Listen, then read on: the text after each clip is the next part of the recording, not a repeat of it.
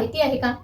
आपण शिकण्यासाठी कितीही पुस्तकं वाचली, कितीही व्हिडिओ पाहिले, कितीही कोर्स केले, तरी सुद्धा आपल्या आयुष्यात बदल तेव्हाच होतो जेव्हा आपण शिकलेली गोष्ट प्रत्यक्ष आयुष्यात वापरतो. कारण फक्त माहिती मिळवणं म्हणजे शिकणं नाही, तर मिळवलेल्या माहितीचा अनुभव घेणं म्हणजे खरं शिकणं.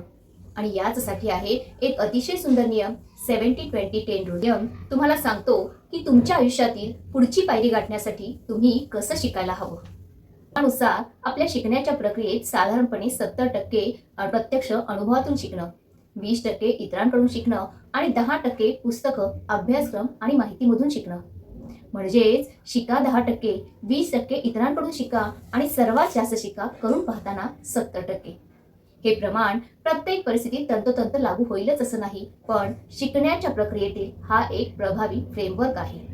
कदाचित आज तुम्हाला असं वाटत असेल, माझ्याकडे पुरेसं ज्ञान नाही, मी अजून तयार नाही, माझ्याकडून चूक झाली तर लोक काय म्हणतील. पण एक गोष्ट लक्षात ठेवा, तुम्हाला सुरुवातीला सगळं येण्याची गरज नाही.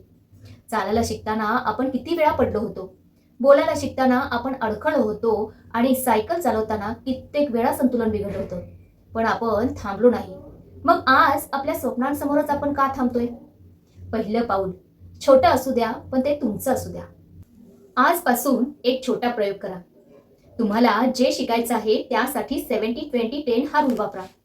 10% शिका, 20% योग्य लोकांकडून शिका आणि 70% स्वतः करून पहा.